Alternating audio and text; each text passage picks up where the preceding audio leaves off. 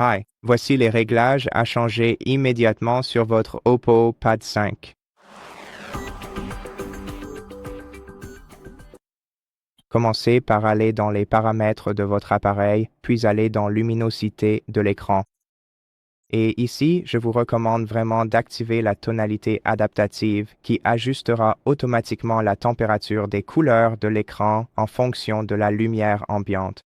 Je vous recommande vraiment d'utiliser cette fonctionnalité car personnellement, je ne peux pas utiliser cette tablette sans elle, les couleurs me paraissant beaucoup trop vives sinon.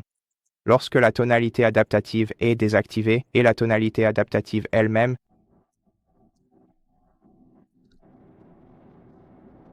ne rend pas vraiment l'image moins belle, elle l'adapte simplement à vos yeux pour qu'elle ne paraisse pas trop agressive.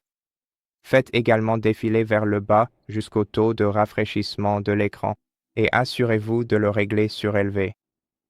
Sélectionnez ici l'option élevée et profitez en permanence de l'expérience 120 Hz. Allez aussi dans le taux de rafraîchissement spécifique aux applications et assurez-vous de régler 120 Hz pour chaque application que vous avez ici. Ensuite, une fois que vous avez connecté vos écouteurs à votre tablette, je vous recommande d'aller dans le son, puis dans Holo Audio, et d'activer cette fonctionnalité. Cela vous permettra de profiter du son 3D lorsque vous portez vos écouteurs. Vous pouvez également aller dans les paramètres des effets sonores et basculer entre différents effets pour voir ou plutôt entendre lequel vous convient le mieux. N'oubliez pas non plus d'aller dans Système puis Mise à jour. Trouvez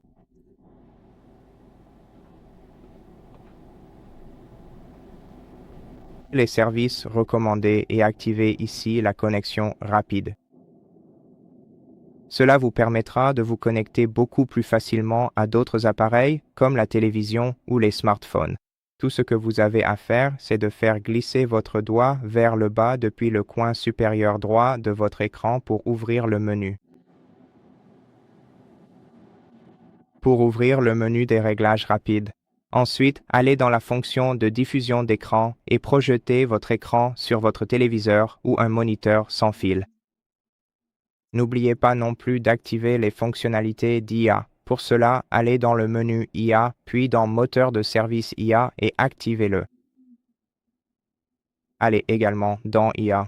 Activez VoiceScribe pour activer la transcription vocale. Pour pouvoir résumer, pour résumer différents types de données provenant de diverses applications et aussi ouvrir, traduire, allez dans Paramètres et assurez-vous de télécharger les packs hors ligne pour les langues dont vous aurez besoin à l'avenir. Au cas où vous n'auriez pas accès à Internet et enfin allez dans votre application Photos. Trouvez n'importe quelle photo que vous avez ici. Appuyez sur l'icône du crayon et laissez votre tablette télécharger le paquet le plus récent. Ainsi, vous pourrez utiliser toutes les fonctionnalités d'IA pour éditer vos photos, même sans connexion Internet. Allez dans l'éditeur IA et téléchargez tous les algorithmes dont vous pourriez avoir besoin. Par exemple, l'IA Recompose qui améliorera automatiquement la qualité de l'image, comme ceci.